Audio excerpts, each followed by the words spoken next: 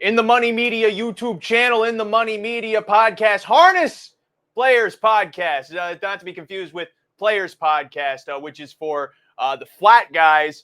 Although I don't really want to describe them like that. They're well-rounded personalities. PTF, JK, whoever else is on that show. I know who's on this show because this is my show. I'm Ray Cotolo. This is my show, the Harness Players podcast. And a lot of busy stuff going on. We have a lot of stakes to talk about at Woodbine Mohawk Park, and I'm taking a moment out of my busy workout schedule for one, but then also just my life schedule for two. I have a yard sale going on this weekend as well. So if anyone is in the market for a yard, please stop by. I won't tell you where. I'll leave that up to you to figure out. Go figure then, as we're talking about the North America Cup stakes this week. I have two guests who are Canadian. So that means they probably don't even know it as a yard sale. My guests, of course, we have Horseplayer's Journal author, formerly of DRF Harness, formerly of my co-host from North American Harness Update, Garnet Barnsdale, as well as his successor at DRF Harness, as well as frequent guy at Woodbine Mohawk Park, on the desk in the paddock. Sometimes you see him at other tracks, but we don't care about that right now. He's John Rallis. I'm right. You guys don't call it a yard sale. You probably call it a meter sale up there because you got the metric system. Wrong. No, we call it a yard sale. Really? Okay. We call it I think I've heard garage sale mostly. Rummage sale sometimes. Ooh, I should call it a rummage sale because I don't really want to organize everything on the tables. I want them to dig through and then just leave money. That's my plan. I don't think anyone would just walk away with it for free. I live in a dignified neighborhood. But happy to have you guys here for this discussion. We're going to look at all of the stakes at Woodbine Mohawk Park. Roses are red, Armbro Flight, Mohawk Gold Cup, Fan Hanover, Goodtimes, North America Cup. Not in that order, but very close to it. Of course, 5 of those races encompass a $100,000 guaranteed all stakes pick 5, 20-cent minimum on that sequence. Race 1 on the card also has the $100,000 guaranteed early pick 5. And then if you stick around till the end, that jackpot high 5 going to pay out as well. Last race, John, what's the carryover on that mandatory payout? I believe it's 432,000 plus, so it's a really good wagering opportunity. Anytime it's a mandatory payout, it's a good wagering opportunity. I think Garnet can attest to this. We're not really jackpot guys, but anytime there's a mandatory payout, you're betting into playing into a plus EV pool. So that's just too good of an opportunity to pass up on Saturday night. It's the only time I play it, and that should be everybody's approach. But somebody threw $400,000 in there for us, so let's go get it. Exactly. You may not be jackpot guys, but I'm certainly a jacked pot guy, and don't read anything else. Jacked pod guy. Yeah, exactly. I can't escape podcast. Who can escape podcasting in 2025? We're all condemned to it. First thing, let's roll right into the Roses are red. With a little game. It's not going to be necessarily about who do we like to win. I think the real wager here that no one can actually put through the window, you could try to, and maybe the teller will laugh at you. The Roses are red, of course, for free-for-all mare pacers. We have the star back in action for trainer Chris Ryder. Twin B Joe Fresh landing post 4. Maybe even before we play this game, first and foremost, does anyone really think that she's losing this race? No. No. Okay, not. Good that we start this in consensus then, because then the real question is how many lengths does she win by? I'm going to go out on a limb and put the over-under at 7. Oh, yeah. Oh, well, I'll take the under by a country mile there. Same. Wow. I was going to say 3 1/4. Yeah. You guys, that sounds like a boring race. Putting the over/under at 3 1/4. There's no need for her to win by 7 lengths, and you know what? She's not facing any slouches anyway. I think she's by far better than them, but there's some pretty good mares in there. I mean, I don't know. I feel like if she is that good, it's a big day. The families come out. They're all dressed up. Garnet, you've gone to the North America Cup many times. People dress to the 4s. They dress to the 9s. They may even dress to the 12s. And so why wouldn't you want your mare to go and win by a football field? That's my argument. But that aside, let's dive headfirst then into the real meat and potatoes. I'm not saying that because this is my dinner time. All Stakes Pick 5 starts in race number 7. It's the second stakes event of the North America Cup card. And again, 20-cent minimum, right, John, on the Pick 5 wager at Woodbine Mohawk Park? Yeah, correct. And I want to say the pool's going to be guaranteed at 100,000 for this All Stakes Pick 5 as well. Or is it 75,000? I got to get clarification on that, but I believe there is a guarantee. I was 100. I was sent 100? a tweet from from Mike Brebosi from HPI Bet that said the number is 100,000. Okay. So I'm going to trust HPI Bet that it's 100,000. If not, we are all going to yell at the copywriter at HPI Bet. That aside, Armbro Flight opens this sequence. It's a peculiar start because I feel like you can maybe make you can hinge a lot of tickets on a single horse here. There's some other ones that kind of popped inside of those Armbro Flight eliminations, but Garnet, I'll start with you. I guess the main angle to take is whether or not you want all of your eggs in Dial Square's basket. I don't. I think Call Me Goo could be sharper in her second start, so she'd probably be the other one I use. I'll tell you what. If Nelson Bright Eagle drew a better post, I would probably throw her in. She finished with some trot last week. She was looking for room early in the stretch. When she finally got it, James realized the top 3 were long gone. He kind of wrapped her up in 4th. She's going to be a big price, but from post 9, probably be a little bit tough. Willie's home run, I thought, got a she was good. Listen, you can't take anything away from a horse that trots in 51-1, but I thought she got a really lucky trip to slip through the middle there. In the stretch, I wouldn't be using her in the pick 5. I'd probably just go 4-5, and I might, maybe on a small ticket use Nelson Bright Eagle. The eye-catching element to this too, John, with Dial Square, who won her elimination, I think in the faster time, if I remember right. James McDonald picking up the drive. Of course, James getting more drives with Svenstedt. He won the Breeders' Crown 2-year-old filly trot last year for him with Lady Landia. But Svenstedt sticking with Call Me Goo. What do you think the tactics could be that maybe puts Call Me Goo into the race? You know what? She can leave if she wants to leave. She's got a post where she can do exactly that. But it really is difficult to handicap the Oka Svanstead mares. I mean, he's got a trio of them that can win just about, any time. We don't know which one really is going to be tight enough that given week. And obviously the trip scenarios, how they're going to work out, right? We saw Nelson Bright Eagle turn the tables in the FanDuel. Right, and we saw Call Me Goo, reign victorious in the Breeders' Crown. So, biggest thing is we all know this. We've got to watch we've got to really watch out for the shoeing changes. I'd imagine they'd want to, go barefoot for a majority of the horses. But I find it interesting because Oka does have ownership on all the horses, right? All 3 horses. So he basically can have his pick of who he wants, and he assigned the other 2 horses. I really thought he might have assigned Dexter Dial Square, but he handed him Nelson Bright Eagle. And you know what? She struggled a little bit. I know she was wrapped up, but she did struggle getting around the track a little bit when I did have a discussion with James McDonald. But when I spoke with Oka, before the card on Friday, but they canceled, he kind of just talked about how, the track is in tip-top shape though, right? So I think that the track is I think that's going to be good for him, maybe wanting to pull the shoes. He feels comfortable doing that now. Whereas before he said, the track the condition didn't really kind of favor doing something like that. So I think he's going to be confident in wanting to go barefoot. He praised the track conditions last week. It's just a matter of who's going to be sharp enough. I think maybe he assigned Dexter because Dexter does get along with that mare so much. And Dial Square, simply put, is just a handier mare. And she's shown that she's versatile. She's the sharpest one, but I'm not sure. I think I'm with Garnet. I did go Call Me Goo on top because I think she's the most talented mare when she's on her game. I just don't know which version's gonna show up. I think that's a race where you have to spread. Hey John, does Mohawk announce shoeing changes prior to the races? I know they do at the Meadowlands. Now you know what it's got to be reported for them to do it, and they do change it. Ideally, Meadowlands will give you an opportunity to announce a shoeing change later on in the card, whereas Mohawk will tell you you've got to submit the changes prior to the pregame show, right, when they announce all of them. Now, yeah. if you do make a shoeing change late in the card, which is allowed, you do have to pay a fine.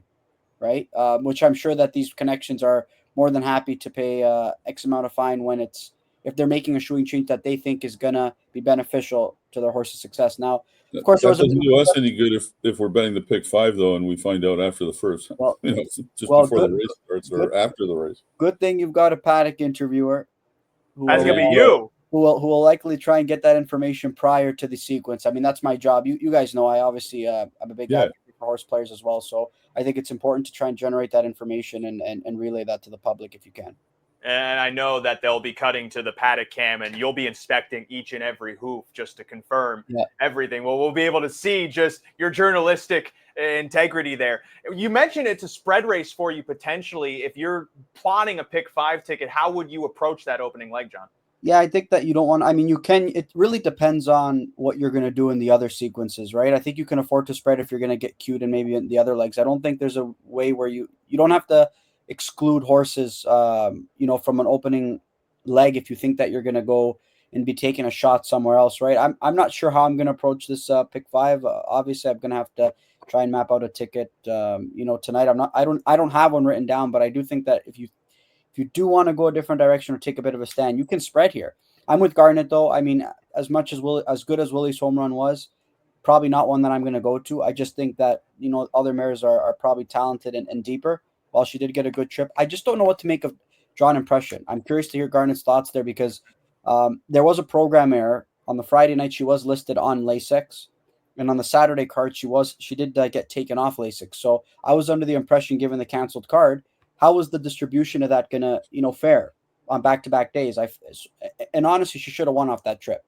She really should have won off that trip. And turns out she was never on Lasix in the first place. So I wonder if that kind of was the reason why she was a little bit short. As good as she raced, she should have won.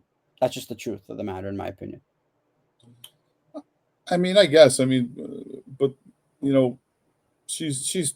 I know she's on cover, but she's still covering more ground. She's still parked. I mean, Willie's home run found a beautiful seam to be able to nose her out. So I don't penalize her too much. Mainly what I don't like is that she draws the 8-hole here, and I don't know what kind of a trip she could get to win the race. But, if she drew better, I'd like her more. The trickier thing for me, if you want to use, because both Blay horses at the end of the day, they kicked home well, and Drawn Impression, that was just her first start of the season. I feel like you could argue she can improve off of that effort. The trip is a concern, but which one do you think raced better? Because Emoji Hanover could be the better price. She had a lot of trot against Dial Square, but she's kind of in the same predicament of Drawn Impression. Can they get into the action? In my mind, I feel like if you're looking for long shots in this race, they would be valid B types. But the 4 and the 5 are probably the keys to getting through the race. Ak needs to put Call Me Goo on cover, though. I don't know that she wants to be on the lead. That was a great tightener in my mind. And John, I know you and Randy were talking about that on the show after the elimination, that she got that aggressive mile under her. And even though in some ways she was tired at the end, that can probably braven her up for a better effort. And we know, that's how she won this race last year, was she found cover to follow and then tipped off and launched away. So in my mind, Ox got to change tactics. But again, McDonald getting onto Dial Square, also eye-catching, just because she was so hard to handle first start. And now that Svenstedt off of one race is ready to hand them off to another driver also tells you just how much more manageable she's become. And maybe she doesn't have to go any type of specific trip. The draw just kind of sets up perfectly. So I think 4-5 is as simple as you need to go. I think Dial Square's win was easier than it looks on paper, too. He shook her up when he saw Emoji Hanover coming, shook the reins a couple times, and then just sat in the sulky and rode the win. So I will say though, why does Call Me Goo doesn't have to race off cover per se. I mean, we saw her look so dominant in the Breeders' Crown final when she was on the lead. I think that Oka's kind of changed, her racing style and made her a bit more versatile, right? Obviously, the Skinners built a great foundation on this filly when they raced her in Maryland, when they won the Armbro Flight with her last time out. But you saw Timmy get a little bit sleepy with her on the lead. For whatever reason, she seems comfortable out there. It's just really hard to get a gauge on Oka Svanstedt trained horses sometimes because, I remember Paddock interviewing them one time at the Meadowlands and saying, how do you determine if a horse is going to be, fit off 1 or 2 qualifiers? And they just said, simply put, we've got so many in our barn. We don't have time for 2 qualifiers, right? I'm sure they'll pick and choose, but really I just look at a race like that, like last week, and figure, I didn't think Call Me Goo raced well at all, given the mare that we know she is. But at the same time, that was likely, all but 1 or 2 are going to get in. Even 70% is good enough. And we saw that, right? So I think that we're going to expect a better effort. Biggest thing, again, is watching out for the shoes because, unfortunately, there was just a cross-up in communication last year when Amazing Catch did win the Canadian Trotting Classic. And you know, and when Dexter Dunn was talking in the post, when I was interviewing him in the post, you know, wire interview, kind of talked about, oh yeah, you're feeling sharp. You know, they pulled the shoes. Obviously, I think it just got lost in translation. So we're hoping for you know, cleaner communication this time out, and hopefully that I can provide that information. And we know how big of an angle that is. It might rain, but it shouldn't matter. We saw Saltwin Tyrion when the Cutler, when he pulled the shoes and went like a huge mile. So some people are worried about the conditions. But one thing I want to hear from you, Garnet or Ray, we haven't talked about Stream. Well, I was going to say I think it's just a final note, because we know Stream races better without shoes, and Mickey Burke has said that as well. So just the only thing we can say is just watch to see if they pull the shoes. If they pull the shoes, then you could probably expect her to have a little bit more zeal than she's shown in her races, even though she hasn't really raced that badly. The trips just haven't really worked out too well for her. And the pylon post probably forces her to have to try and find that cover to follow and maybe work that trip then. Her morning line, though, is 5-1. You'll at least get to read the board too. I mean, if they pull the shoes, her price probably goes down. But I would say if I see the shoes are pulled, I add her as an A. Yeah. Okay. Yeah, that's fair. I think, and you know what? I think I don't know how much stock, and I'm curious to hear Garnet's thoughts quickly. I don't know how much stock you put in that elimination performance too, given that she got parked the entire mile in the first start of the year by Dallas Square. When you know, Oka said that she got a little too hot on him. That's what he said. He just said she got a little bit too hot on it. He tapped her on the backside during parade when he scored her down, and when she got to the gate, she was revved up. So I think that's why he kind of implied that he was keen on taking a different approach, but. I kind of put no stock in some of those elimination performances for a lot of trotting mares. I think we're going to see their best for a handful of them. Same. You know, it was good enough to get her in the final. She's always in the race. We know that, right? So, like Ray said, you know, if you hear the shoes are pulled, she probably should be added as an A, I think. Correct.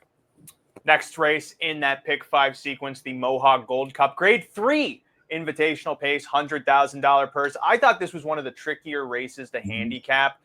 Just because Brew Hanover, especially picking up Yannick Gingras, you know that he's going to be one of the major speeds. McNair picking off Tarasi, certainly interesting too. That one now going for Bob McClure. And Bob, you know, he can probably blast him forward too, but he's probably a main factor just given if Brew Hanover can get to the lead against a group like this, I don't see why he can't take them around again. But, John, as we know, the Mohawk Gold Cup isn't a race where you can just dilly-dally to a 54.5 and get a $50,000 check. They do kind of shake things up and make some moves, so it also feels tough to think Brew Hanover would just get left alone. No, he's not going to get left alone. And as good as he's been and as sharp as he's been, I mean, I just don't think the group that he's been taking on here in Ontario is as deep as the group he's going to take on now. Yeah, he beat Abuckabett Hanover last time up, but Abuckabett drew post 10. So he was kind of, you know, up against it from the start. And then he's just been a notch above the rest of them. Obviously, I thought that, you know, we saw Irvin Hanover in a dicey, in a close race. He was able to kind of get placed up and score the victory. But he's the one here locally that I figured would be the one to give him a run for his money. But clearly, Brew Hanover was just able to string together a bunch of really solid performances. And as confident as he is coming into this race and as good as he's been this year, this is easily going to be the toughest task to date. And, you know, there's a reason James booked off of him. He's not heavily staked. Right, he's not staked into anything. Coach Stefanos, you know, James won a Breeders' Crown with him, so James can get the drive here locally, basically. And you know, I'm sure he's going to get it back in some of these, you know, overnights or high-level overnights. But to your point, Ray, I think this is a really, really good race. The race office did a good job getting, you know, a bunch of quality horses, and there's a lot of horses coming into this race, razor sharp. And Garnet, in my mind, probably one of the biggest changes in dynamic to this class is Coach Stefanos showing a little bit more speed to his miles. We saw him win the Breeders' Crown going from last to first, and obviously that's probably not going to be a tactic that can get him a victory unless they somehow duke to a 52.5. There's a part of me that feels like, and maybe that is the case, but there's a part of me that feels like James might still be able to get him into like 4th or 5th, maybe even 6th, and find a second over trip. And if he does, I have a hard time seeing how he loses this race. I wouldn't go that far, but I do kind of like him. Now let's remember, let's go back in time here. Let's go back a year and remember what Abuckabett Hanover did in this race last year. He took over the lead at the half in 53-4, and went to the 3/4 in 1:20 and 3. In a 1:47 and 2 mile, he got picked off by 2 heads by horses that just got better trips, Tarasi and Line Drive Hanover. That being said, I'm not saying he's going to win the race, but man, this could get very interesting in the first half because I don't think he's taken back from the 8 hole. He qualified from the 10 hole. He improved to the 8 hole. I don't think Dexter's taken back in this race. I think he's right. I think he's going forward, leaving the gate. And Ray, like you said, that makes me like a horse like Coach Stefanos even more, or maybe Nijinsky, who I think is going to take a stalking approach in this race. Oakwood Arden IR took a lot of money in this race last year and was nowhere. So I'd be kind of against him, especially if he gets bet. But if I'm playing the pick 5 here, I'm probably using Coach Stefanos, Abuckabett Hanover, and Nijinsky, and then trying to beat Brew Hanover, who, is at some point this streak's going to end and is most likely going to be in this race, in my opinion. Yeah, and being honest, you just bring it. I was kind of wishy-washy on Nijinsky, but I was also of the impression that Abuckabett would want to go forward. And at the end of the day, I feel like you could also look at this race as who's classier. Like, this is a race that is built with horses who exist at the top of the condition sheet and horses who exist on the Grand Circuit. And you may be able to just lean on the types who seem like they're more Grand Circuit stock versus horses like Brew Hanover, where if they take a couple of punches to the half, I mean, this was a horse that was in the non-winners, or like the winners of 4, but not of 8. And that's where he existed for such a long time until he went to Dave Maneri's barn. And maybe just coming up to Mohawk, it was just the right colony of horses for him to excel to where he's at. And he's built that confidence to become a much faster horse. Who knows what happens if someone comes first up on him and they're going that fast? I feel like a horse like Abuckabett, at the very least, he can brave those conditions. He's shown that he can brave those conditions. Right. And last time, very clearly, was a race where he wasn't going to get into the action. So he just did what he had to do, got the mile under him. He's going to be better for that. And if Dunn goes forward, just a tightener. Yeah, if Dunn goes forward, I think Gingras is in a tough spot because Dunn could very easily just want to circle to the lead because he has the better horse. And that could set up the scrap where Abuckabett holds on, or that could help bring in the closers. And that's kind of convinced me to add Nijinsky to my ticket because we remember how good he is off of a helmet, and he's done okay in his 2 starts so far this season. Didn't win on the debut, but it's just the first start of the year. There's more stuff down the road. Won his graduate prelim fairly handily. Even though it's only coming home in like 27, 26 and change, we know at the end of the day, he's a 25-4 kicker. And as long as he's close in contention, turning for home, he's going to be another one of those flying into the action. So I think for me to get through that, like I'm 5, 7, and 8, pretty much in agreement with you, Garnet. Crazy times. I think, I mean, he had a reason to come. I mean, I'm not going to penalize him for coming home in 27 and change when he was pacing a 52 and change or 53 middle half, right? I think they wanted to stretch him out in that spot and get him kind of primed for this Gold Cup. I thought that first start of the year was just kind of like, there was a couple aged rivals in there. Obviously, Irvin Hanover coming off of a couple qualifiers in that start, and you had Brew Hanover, who was razor sharp. I liked Nijinsky a lot in that spot. And, he finished second. He was a distant second. But I think the focus primarily was to make sure that they have that horse sharp for that first leg of the graduate. I think they wanted to, and you heard Tony Beaton say it, he wanted to avoid going to the Meadowlands.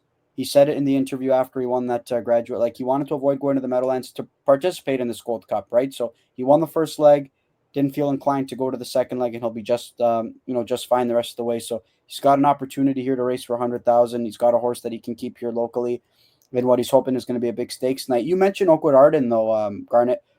For me, last time out, I think I did go in his direction. It was a horse that I've been really high on and watching, rise up the ranks. He proved that he wasn't quite at that level. I'm not going to give up on him just yet. I thought he had a bad post last time out. He got in a bad spot. Last week was really, for me, I wanted to see what he could do coming into this race. And what I liked last time out, I know it was an inside draw, but Andy kept saying that, he's got the gate speed, but he's gotten enough gate speed to get himself into the race early. He just never showed it. And Bob Cleary was always adamant that he's got to be closer. And we saw that last time out, right at the Meadowlands. He pushed out of there from post 4 last time. He was able to sit. He drove on. He elected to get a hole. He elected to drive on. Ruthless Hanover covered him up, and he went some quick panels. Yeah, Ruthless tired, but he was still chasing. That quick speed and was able to capitalize, and he looked pretty good doing so. I think he added a little bit of a dimension. He didn't come from way off of it and save that patent and kick for late. He was able to chase and still have enough left. I love where he draws here. because I think that Yeah. Andy is going to put him in play. It might be a tough ask, but I can kind of justify going with him. I labeled him as my my value play of the card, or maybe a long shot. I'm not sure what a long shot is going to be in this case. I thought you were just telling me that. I don't know what a long shot is. No. What I mean is I don't know what price you're going to get. You could get single digits. You could get double digits. I think a lot of other horses are going to get bet here quite a bit. I think that Oakwood Arden could get lost in the shuffle, even from a big mile. But he's a horse that I'm not going to give up on just yet. I mean, that I can give him a reason to put forth a good effort. And you guys touched on it. He's going to have speed to chase. So I don't know that he gets the clear. I don't know that he gets the Willie's home run. You know what I mean? Like, if I see him, if he tries to leave, getting bottled, and on top of that, if they're going super fast, he hasn't proven that he can come home in 26 and chase those fractions. And he's coming for one drive. I believe he's going to want to make it count, right? He's coming here for one drive. So, last year in this race, he came home in 25-4, went from 8th to 5th. And John's right. Maybe I'm penalizing him too much because he had the 8-hole and he was at the quarter. He's 7th, parked out by 9 1/4. So you're already cooked right there. Exactly. Right? And he only ended up beating 3.5 lengths, and he 140. He paced 148, 25-4. So maybe I'm a little bit too hard on him. In the Canadian Pacing Derby, he should have got the job done off that trip, right? He was second over. He had a perfect That's trip. the race I'm thinking about. Yeah, that's the race where for me it's like, okay, how I can't really forgive that effort, right? Mm-hmm. Because especially if you've got that much talent, that much of a late kick, and you get towed up into it with those panels, and you get outkicked in that race, or outkicked by It's My Show, and even Abuckabett Hanover was able to kind of go by him, I believe, if I remember correctly. I mean, at that point, you have every reason to penalize him. But that Gold Cup effort, I won't be too harsh on him. Yeah. I like his tightener coming in. This, like you guys said, this is going to be a great race. And I'll give you that, Garnet. I was thinking of the Canadian Pacing Derby, too. I don't remember his Mohawk Gold Cup effort. That's why you got me.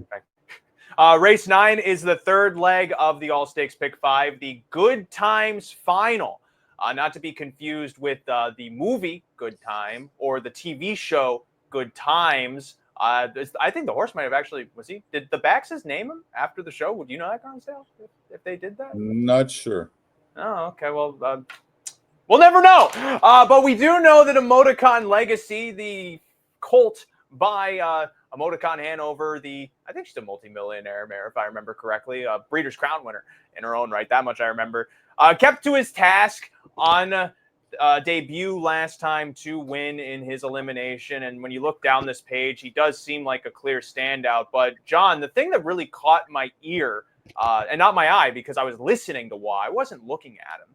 He was talking about how Emoticon Legacy, it doesn't seem like he's really out of the woods just yet. Like, Wah knows that this can be a good colt, but he was really talking about how his freshman season was all over the place, mostly because his head just wasn't there. Mm-hmm. So just from a betting perspective, especially since he's going to be a short price here, can we really rely on him continuing in this good trajectory, or do we still have to leave the door open to maybe something could happen? The thing is we saw so many good performances from this colt. We saw him win, was it the Champlain or the Simcoe? I'm drawing a blank here. One of those. It would be the Champlain. The Simcoe's for 3-year-olds. Yeah, so then he won one of those stakes events, and he would look so good in those eliminations, right? He did win the elimination for the Wellwood. He did win the elimination for the Breeders' Crown. And then we kind of saw him in the finals, and he worked out pretty good trips, and he just didn't have much pop at the end of it. So this is a colt who really struggled, to Louis' point, with a lot of stuff, both mentally and kind of some, physical ailments as well. I mean, he had some difficulties breathing. He was a horse that would get so keyed up.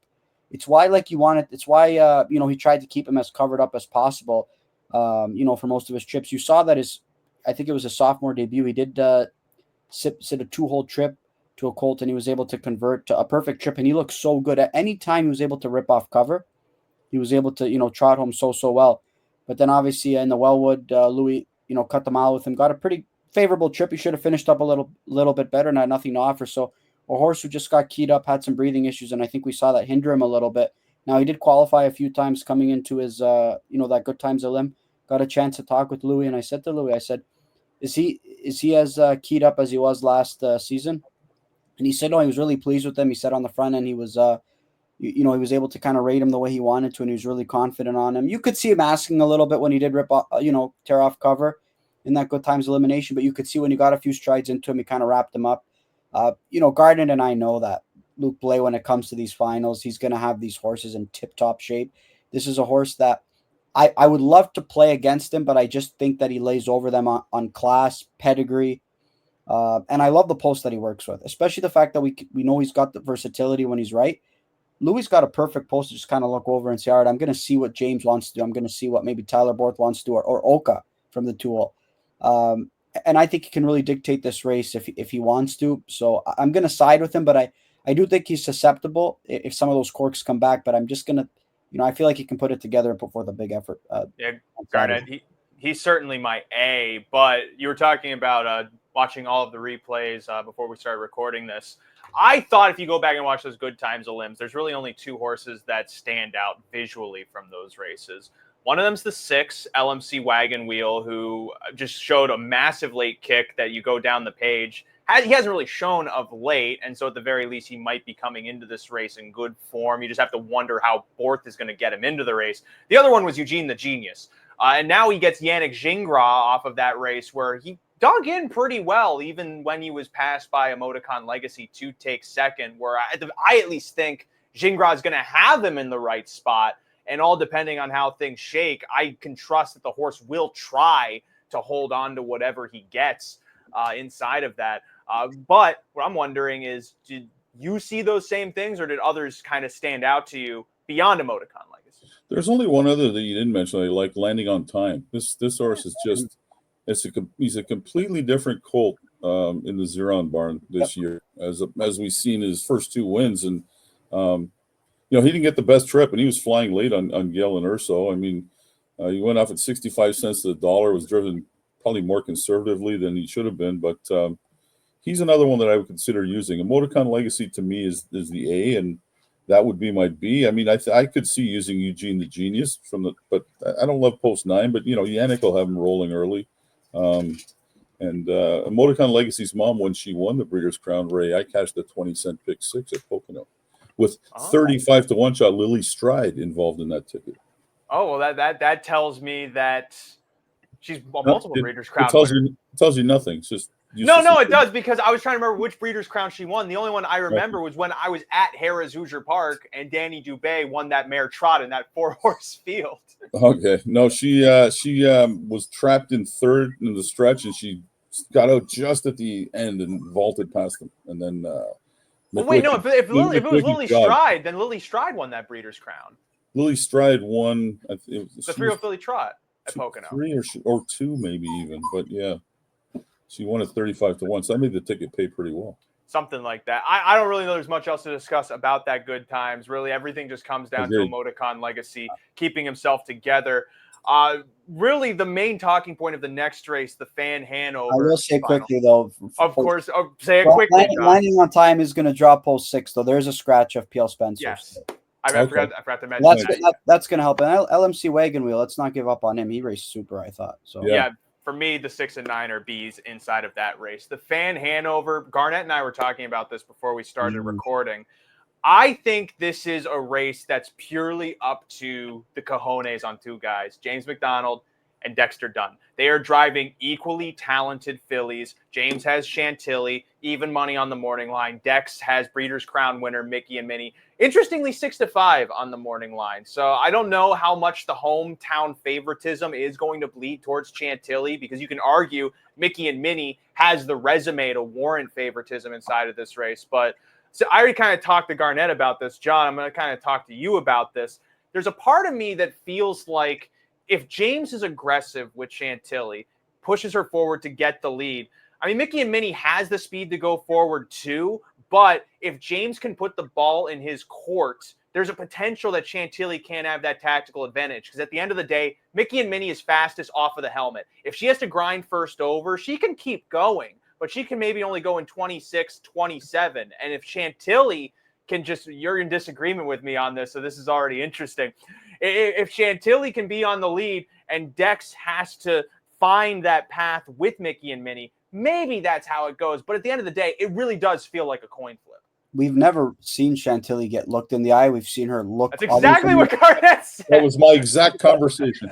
So for you're saying that I've seen Miki and Minnie take a lot of air. She's got a set of lungs on her that is incredible. So for me, her going first over and saying she can't get it done that way, I think she can. She's shown it. I mean, she's just so talented. I'm not sure what to do, like what either guy wants to do in this race. That's the beauty of it. Chantilly's just been so overpowering. You can see when she clears to the lead. You can see when she, comes first up and just clears or makes a brush move at the 3/4 pole. She's just so overpowering. And Miki and Minnie, I mean, maybe she doesn't have the same, maybe she's not as overpowering with the way she moves, but I think that she can probably take a lot more air than Chantilly can. And that's what I think makes this race so interesting. I don't think you can shake off a Miki and Minnie if you're Chantilly and want to try and cut those panels and try and gain separation. I think Miki and Minnie's going to be right there with you. I'm not really sure what to do because the interesting is that what Randy brought up, and I think he's right about this, is James has had to kind of wrestle with her because she's so overpowering and she wants to go and she kind of controls her own speed at times. Like James says all the time, I never realized how fast she's going. The fact that you could kind of just like start and stop her like that, because you could see James wants to shut her down half the time too, right? The fact that he can just kind of do that and still be so well in hand and she can still pace that quickly. I think that's something that's such a great to an advantage for him. But I'll tell you one thing, watching those two fillies were more impressive than any horse I saw in the North America Cup elimination, in any of the eliminations. And one of those fillies happened to be paid into the North America Cup and opted to stay in. So we're still getting a superstar matchup. So I think that's going to be great. I think this is the race that we're all looking forward to as well. I think the race office, I think Jimmy did an exceptional job carting this race just before the NA Cup, because there's going to be a lot of buzz going into that race and a lot of buzz heading into the $1 million final for the Glamour Boys division. So I'm curious to hear your thoughts, but you know what? It was nice for people here in Canada locally to get a glimpse of Miki and Minnie, because we've all gotten a chance to watch this, this filly race last year numerous times. They were in awe as to what she did coming off cover, and for good reason. I don't know. I'll leave that up to the drivers and leave it up to you guys, but I have no idea how this race with Trips and Arrows is going to pan out. But I just want to see them look each other in the eye. As a fan, I'd love to see that. Before you talk, Garnet, I just want to add in something we were also mentioning. And John kind of alluded to this as well. We've never seen Chantilly unleashed as well. Yeah. And when you watch her final quarter in the elimination, you can tell that she's almost like she's really stompy and she's still going super fast. And it's almost as if she wants to go that little bit more. So like your mind thinks that the potential does exist for her to be that freaky fast horse. And when you put the two of them together, Chantilly has more muscle to her than Miki and Minnie. Maybe, John, you can correct me if I'm wrong. I'm purely going off what I see on the TV. Chantilly seems like she has more girth and such. Miki and Minnie seems like she's just a hardy trier, and she puts her head down and she can glide with that speed. But I feel like that makes me want to favor Chantilly somewhat, because we know what Miki and Minnie is at the end of the day. If Dunn launches her forward and gets that helmet on Chantilly and James takes the lead, maybe I'm thinking Dunn has the advantage. But again, this is where I open the thing to you, Garnet, just on anything you have to think, because I think I could just talk endlessly about how one of them could be better than the other, and I need to shut up. I think Miki and Minnie might maybe is being, I don't know, the word disrespected is not the right word, but overlooked. I think there's way more fanfare with Chantilly. And I mean, we're talking about a filly who paced 49 and change miles twice at 2. I think she's exceptional. And, I think if you're playing the pick 5, we already got some chalks that are probably going to win here. I think you got to make a stand here. And my stand is with Miki and Minnie, who came home in 25-1 under a Dexter Dunn death grip last week. I think if she looks Chantilly in the eye, she's going to beat her. I really believe that. Okay. And see, that's why I'm also having such a hard time, because if you're playing this pick 5, you can't take both of them unless you think 250-1 shots are going to win in the first few races. Yeah. And then you want to take both of them. And so I think Chantilly's my A. I think at the end of the day, I feel like we could be waiting on a freaky mile from her. But again, it really comes down to, what does James actually have in his hands? Only James knows. And we couldn't get a hold of him. He's a busy guy. He's got a kid he's got to be a dad to, and a wife to be a husband to. And that's better than podcasting, if I'm being honest. But that aside, I'm going to agree with you. Like, we've seen the power of Miki and Minnie, and that makes her appealing, especially since she's the second choice on the morning line. she might have like just that slightest bit more value. And maybe it's something where at the end of the day, if you want to cash the ticket, can you say go both? But I feel like that's a dumb thing to do unless your ticket is that lean. Well, one thing I'll say is I would listen, unless you're keying or you keying or have a strong opinion on a long shot. I'm with Garnet. You take a stand here. But I'll tell you one thing. If you love one of these fillies, like absolutely love them, even though they are going to be short prices, you will never get as good of a price as you will on this night. You're never going to get close to even money on Chantilly unless they hook up in the Breeders' Crown Final or some other filly emerges. If Miki and Minnie's racing, some PA Sire Stakes events, or if she's racing in Kentucky, she's going to be overwhelming favorite. This is the best price you're going to get on these two fillies in quite some time. So if you like one of them, I mean, even a win wager, depending on what price it is worth your dollar. If you really think one's better than the other, like I said, you'll never get even money on Chantilly for the rest of the year, especially here in Ontario. She's going to be 1-5, 1-9 every single start. I mean, I'm surprised she was 2-5 the other night. I was about to say that because Miki and Minnie was 1-9. I mean, again, I know people are going to think to me or think I'm crazy for saying 2-5 is value. No, on that filly in that division, it is value. You know what I mean? Yes, definitely. Should have paid 210. So I think that you got to take a stand on one. But man, I tell you one thing: it's these two fillies are generating just as much buzz as the North America Cup, which is crazy. I think it's such a luxury to have two great fillies. And the fact that they've never met up before, that's right. The beauty of it, right? I remember when I was walking in the in the paddock at the Meadowlands, and somebody said to me, "Oh, you're just showing your Canadian bias." There was a couple people telling me you're just showing a Canadian bias, saying that Chantilly. I said arguably the best filly's not competing this weekend when I was working the Olymps, and I really believe that Chantilly was the best filly. Now Garnet and I both, you have a vote too for the Dan Patch Awards, correct, Garnet? Yep. I mean, I truthfully I voted Miki and Minnie as the 2-year-old pacing filly because I think just based same with the O'Briens. I think it's obviously kind of predicated towards the region and everything like that. I think that Miki and Minnie just took on better competition throughout the course of the year. So right. I favored her in the U.S., but here locally, the impact that Chantilly had here in Canada, and obviously Miki and Minnie having not raced here, I favored her in that regard, especially in Horse of the Year honors and whatnot. So I voted the same way. Yeah, I mean, but that's like I said, I'm just glad that everybody got a glimpse because to Garnet's point, she's kind of not talked about as much because Chantilly gets a bit more buzz. But I think it's almost in a way I think that Chris Ryder and Dexter kind of like that going into this race. But I'll tell you one thing: you better believe Chris Ryder would love to come out of this race with his filly being the talk of the town. Chris Ryder does a great job. He takes a lot of pride in having top-notch horses, and you better believe that both Nick and Chris not only want to win this race because it's a stakes race, because they're competitive. They want to believe and they want to know that they've got the best filly in North America. So that's the beauty of this race as well. And I think both drivers want the same too. Last thing I want to say, maybe you can read it as handicapping somewhat, just because I want to mention George Millar of Millar Farm. I mean, this is a lifetime of work in some ways that's come into Chantilly. And, we've seen him have a lot of good fillies and mares with Nick Galucci, Silver Label, Prohibition Legal. John has just left for some reason as I'm about to get sentimental. Maybe he was tearing up a little bit. But what really stands out to me, knowing the types of fillies that he's had, is the dedication, the love, the admiration that he has specifically for this one. And we're sitting here wondering, what does she have? And that, to me, I think also plays into my handicapping somewhat. Like, I feel like just given the breadth of what they've put out, I'm inclined to think that Millar might know something that we don't about Chantilly, and that does add the intrigue when she faces someone with a body of work like Miki and Minnie. So maybe that, at the end of that gives me maybe a bit more confidence with her as an A.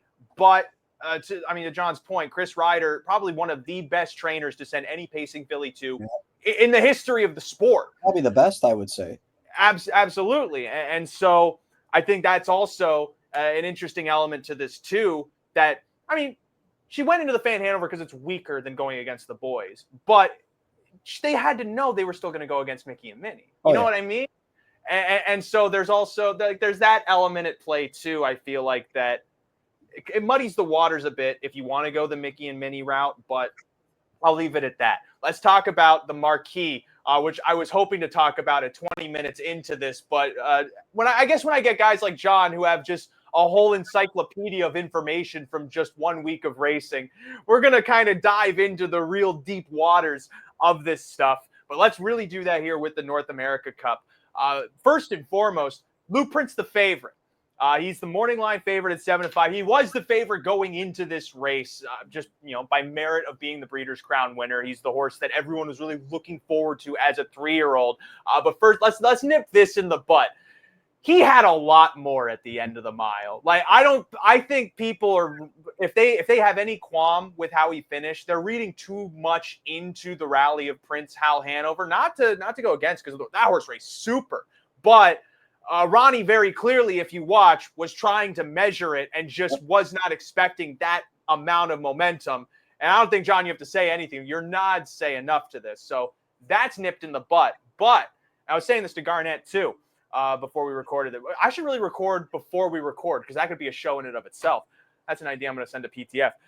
This race got a lot more complex with some of the speeds not making it. Fallout especially not making it, considering how he was horse that was able to collar speed in the Metro pace to win, and a horse who's done really well over this track. He just didn't get the luck of the draw for fourth. But Sippin' on Sea Rock, another horse who didn't make the final, leaves a vacuum of pace somewhat. I mean, Swingtown, I think, is going to contribute to that. I have no idea what Captain Optimistic does, but I think this race is softer now on the front end. And to that point, I don't know that Blueprint goes for the lead. If he doesn't go for the lead, he might have a better chance to win. But if he goes for the front, I almost want Prince Hal Hanover. I'm going to establish that right now. I think Prince Hal was really that good, and his plans are straightforward. You look at I have an idea of what Captain Optimistic's going to do. He's blasting off the gate.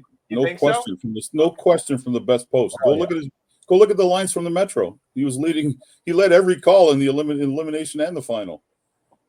Yeah, I think I'm curious to see what kind of approach Dexter is going to take. That was Yannick driving him as well, though. But I mean, and Yannick does have an aggressive nature, which Dunn does too. Dunn typically likes to do things when you least expect it, which is what he did with Captain Optimistic in that Breeders' Crown final. I think we all had the concern, he had an outside draw. He'll probably look to flow it out and finish strong. Nope, Dexter said, I'm going to leave out with this guy and put matters in his own hands. But I think with the best post, I never really know what Dex is going to do. It doesn't matter where he draws, but I do think that he's going to want to be forwardly placed here in the spot. I'm not sure if he's going to be wanting to cut this mile, though. So that's I think he'd be quite happy if somebody comes around him. If Blueprint comes around him and he sits the pocket to the stretch. Yep. I mean, I agree with that. I'm sure he's leaving. I'd be very shocked if he doesn't. You're saying you're shocked if Captain Optimistic doesn't leave? Correct. Or if Blueprint, okay. Because Blueprint has the speed to go, but there's a part of me that feels like he'd almost want to get the second over toe in this race because there's a lot of speed coming outside of him. Because if you go forward and you push for the lead, you either have to go all in and go that fast first quarter, or you have to get bottled up, and chances are you're getting shuffled. And I think the 4, 5, and 6 are all going to leave well enough to discourage some of these horses from the outside who look like they're going to go. We see this almost every year, right? We think there's a ton of speed, but once 3 or 4 of the horses from the inside leave, those outside ones get discouraged and take back. That's what I don't see that for Prince Hal Hanover, though. Yeah, especially a Doc Moore horse. That horse, it's amazing what Doc Moore can get out of his pacing colts. They always want to pace out of their skin. And that's what we saw him try to do when coming up to Blueprint in the last part of that race. And I feel like he's just getting really good now. And that outside draw probably is the best case scenario, because if he's the fastest out, he's the last of the lead, someone wants to make that quarter move, he's in the pocket, he gets that win cut for him, and it's as long as he gets clearance, he's going to have something at the end. That's why I think he's probably the most dangerous horse in the race. I just hate trying to handicap trips that could result in chaos, because we really don't know who's going to do what, right? I mean, James McDonald did an interview with, Standard Canada's Jeff Porchak after the North America Cup draw, and he kind of touched on, he was hoping he could kind of be in a position where he could kind of survey what the others could do. So he's got Blueprint on his inside, who he's expecting to leave. I think we're all expecting him to leave out of there. And he's got Dex on his outside. But, James talked about how he could do it any which way. I think he said he can respond on the lead just as much as he, as he goes coming off cover. But he spoke really highly about this colt coming off a helmet. So I'm really curious to see maybe like how close or what or who, how do you even maneuver yourself off the gate? You have the center of the gate draw, but we saw him first over though, Garnet, right? And he did pace a quick back half, but he did get beat. And James said he wasn't happy with that drive. I don't think James wants to be in a spot where he's going to have to go first up. It just really depends on what some of those others are going to do. So as good of a draw as the 5-hole is, I mean, if you leave out of there aggressively and Blueprint somehow loops and Captain Optimistic clears, you're in a position where ultimately you're going to be first up. And as good as he was in his elimination, I don't think anybody is going to win this race first over, because I think that if there's two good ones on the lead, I think that they're going to probably nullify each other's, just kind of cancel each other out, and it's going to set up for somebody off the pace. But to Ray's point, I agree. Prince Hal Hanover's leaving. We know he can leave from the outside. We saw him leaving the Metro from the 8-hole. Dave Miller's not going to drive a Doc Moore trained horse. I think everybody's got the same MO with Doc Moore. And I think as guys who handicap and who play the races, the beauty of when we see a Doc Moore trained horse is we don't have to worry about them being in a bad spot per se. Because Doc openly says, if the horse is short, I'll take responsibility. That's on me. But if you give a bad drive, that's on you, right? I mean, it's kind of why you see him kind of go through a bunch of different drivers. But you know that him and Dave Miller, he spoke about it at the draw. He's got such a great rapport with him. He's got full trust in him. Dave's never really given a bad drive on the colt. He's been aggressively handled. Yeah, he's got stung a little bit. But what I mean by bad drive is he's put him in play and put him in position to win every single week. So I think the biggest X factor is, well, like Swingtown's not going to take back, is he? There's no way he takes back. No, so he's definitely launching. And the 9 leaves. I mean, Matt and Oaks, Braxton couldn't hold him. I mean, the draw is terrible. He just couldn't hold him. I was speaking. You're right. That's what I saw in the replay. He had no choice. Or he would have just ran into the guy in front of him. The instructions were going to that race, obviously. Like, you want to put him in play and give him a chance, but they did not want him on the lead. And he could not hold him when he was third over. And that's why you saw him make that 3-wide brush up the backside. And that was honestly Followed's demise. Because at that point, Follow, you were just could see Sipping on Ciroc was going to go clear. Followed was going to follow suit and likely clear to the lead. And if Followed wasn't good enough, he wasn't good enough. But you could tell Followed was not going to let Matt and Oaks get to the front. We talked about this before the show. Poor Followed. I mean, he just, once he got circled, he was cooked. Yep. But I agree with Ray, though. Blueprint, you could see even after the wire shot, when a horse has that much momentum like Prince Hal, you could see that horses typically like Prince Hal are going to go by him after the wire. He never went by him at any point. No. But for me, that's a big, big, big positive to Blueprint. Plug's still in, too.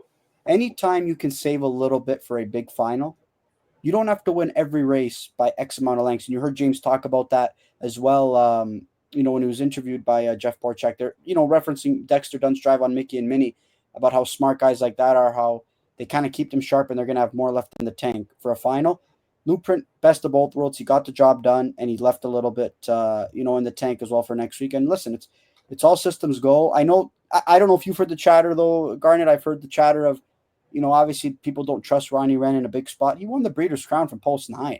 Yeah. That for me, that's just nonsense. Like silly. You hear and he was swarmed both sides. Yeah, you hear the nonsense that he's not a Grand Circuit driver. I mean, he's got the best colt. He gave him a great drive in the Breeders' Crown final. I see no issues by not trusting him. I mean, honestly, he's probably one of the most underrated drivers that we have in the sport. Yeah, that's just dumb. No, I agree. This is a point from a long time ago because, John, you somehow jumped to like 10 different horses inside of that discussion. It's almost like you take after me. What I'm wondering would light up the world, and maybe you have some insight on this. I watched a few of his races of late.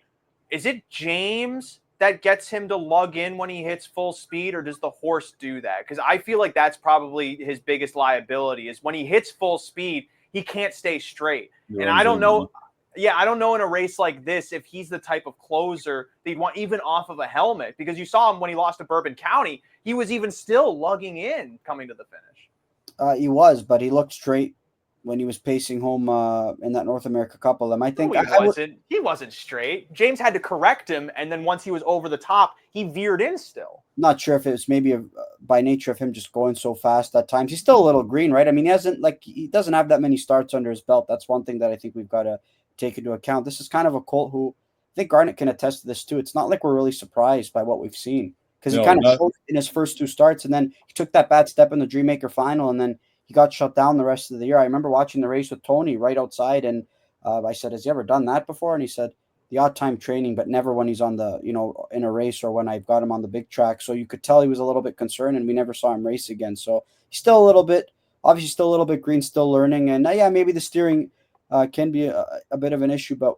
I think we've seen, I don't think it's as big of an issue as it may be for a horse like Captain Optimistic. That for me was way more apparent than a horse like Light Up the World thus far, but I wouldn't be overly concerned regarding that, to be honest. All right, final thoughts then, as this recording is coming up on an hour. I think Prince Hal Hanover is the bet of the race, especially if he is that 8-1 morning line. Because again, Blueprint can still win, but just given how that horse has been racing, I think he's going to be in the right spot to at least give you a run for your money. And if he does pull through, then, I mean, that's going to pay great, especially in the pick 5, given how much freaking chalk might precede it. But I recognize, Blueprint he's still an A for me, so I'm 4-9 inside this race in a multi, but Prince Hal is definitely my top call. Garnet, for you, if you had to pick a best bet inside of this North America Cup, who would you go? I'd go with Captain Optimistic. I think he's gonna get lost in the shuffle a little bit. I don't think there's anything wrong with his first over win in the NA Cup, and especially for me, Nancy always has her horses sharper for the finals of these races, and he's got the best post, so he's my pick. And John, your thoughts on the North America Cup? Yeah, I'm going to go with the Colt. Listen, we're not going to get the price that we got in the Breeders' Crown Final. I know, Ray, you liked them, but from a value standpoint in a race that had so much parity, you got to go with the Colt, who's been the most talented all year, and he was able to close out the season getting the job done at a good number. You're going to get far from that this time out. I don't want to go chalk shopping. It's just that sometimes you look at Colts and you think that they've just kind of, got a little bit more talent, or maybe might be able to separate themselves. I think Blueprint is that Colt. I like what I've seen from him so far, and I'm gonna go side with him, and I think he's gonna get the job in the North America Cup. And I think it would be a really cool opportunity for guys like Ronnie Wren, especially, and even Team Burke getting it done with a homebred of a son of Sweet Lou, no less. Yeah, I mean, that was the next logical step for them. I mean, they've won the North America Cup before. J.K. Manera is the only one coming to my mind. Have they won any others? That's the only one. They're looking to get another one onto their long resume of stakes wins, but it was the next most logical step because you're the winningest trainer in the sport. What do you do with all that capital? Obviously, you start trying to create your own champions, and so it would be cool to see if that goes forward. But again, for me, Prince Hal Hanover, I think even if he loses, he's probably still going to be a great price, worth putting a few bucks on. But John, Garnet especially, I know you have a lot of races you have to write about, and I told you that you'd probably have 40 more minutes of your night. But I'll give that to you now. John, of course, thank you for coming on as well to talk about these stakes. And at the end of the day, I like everyone can tell your enthusiasm for the sport and for just what you do with what you even brought to this podcast. And, we always appreciate that. Appreciate you guys for having me, and it's been fun, and I've got to do some races too for DRF now, and not as extensive of type of work that Garnet's got to do, but I tell you one thing, sometimes when you just think to yourself, got to write about 13 races, it's taxing after a long week. It's a busy week, Yeah, I might do 6 tonight and then wake up at 6 in the morning and do the other 7 before I start my real job. But there you go. Hey, listen, that's what I signed up for. I'm not going to complain about it. It just is what it is. I don't experience that with Oak Grove. Oak Grove, the greatest racing on the planet, as we all know. But John, we know that you're gonna be in the paddock this weekend. I will be in the paddock this weekend, trying to provide some, insight to the public, doing the post-race interviews as well. So, lots of questions that we have from last weekend. Hopefully that, we can get some answers. I try to ask direct questions to get those answers. You don't want to leave it up to kind of don't want to ask a question where people just kind of can answer it any which way. You kind of want to get direct and to the point, because at the end of the day, it's a wagering game as well. And I think it provides info for the players, and it also helps the people working the broadcast too. If you can provide some insight and have them understand why certain things took place and whatnot. So that's what I'm going to try my best to do for you guys, as I always do. I'll see you there. I'll probably be hanging around the paddock most of the night. I was going to say, Garnsdale, people can read you now in the Horseplayer's Journal. That's in the programs at Mohawk, right? In the program, yes, sir. That's your plug. Anything else going on? Well, I provide a free link to it every day on Facebook or Twitter for anybody that follows me without fail. So, but that being, if you're at the track, you're going to get it anyways when you buy a program. Other than that, nope.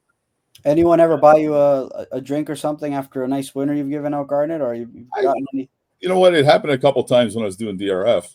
Guys Cool. would, hey, I want to send you a T-shirt and a gift card. I'm like, okay, go ahead. Yeah. No, I mean that's one of the nice things about being a public handicapper. I actually just had that happen to me too, which was kind of cool at Oak Grove. But we're at the hour mark. That does it for this video on the In the Money Media YouTube channel. Of course, if you're listening to the podcast, next you're going to be hearing Mike Pribozzi with Murray Slough talking about Century Downs action as we bring Century Downs into the rotation here on In the Money Media. And of course, you can probably find that as a video segment on the channel here as well. Make sure you make sure you subscribe, I should have said comment your thoughts at the start of the video, because how many people actually get to the hour mark? Like, we're something that people put on in the background and they're washing dishes. So then when I say leave a comment, they have their dishwater riddled hands rushing over to their phone and they can't get a word in because of these freaking touch screens being unable. I'm sorry about that, but please share your thoughts on what you think about these races. North America Cup night, always one of the great nights in harness racing. It's a precursor to all of the great things to come. Of course, Meadowlands Pace Night next month, Hambletonian Day the month after that, the September to remember, then Breeders' Crown in October, and then we're done. Kind of like this video and this segment of the podcast. So thank you for watching. Thank you for listening. And if you're still listening, Mike Pribozzi is up next.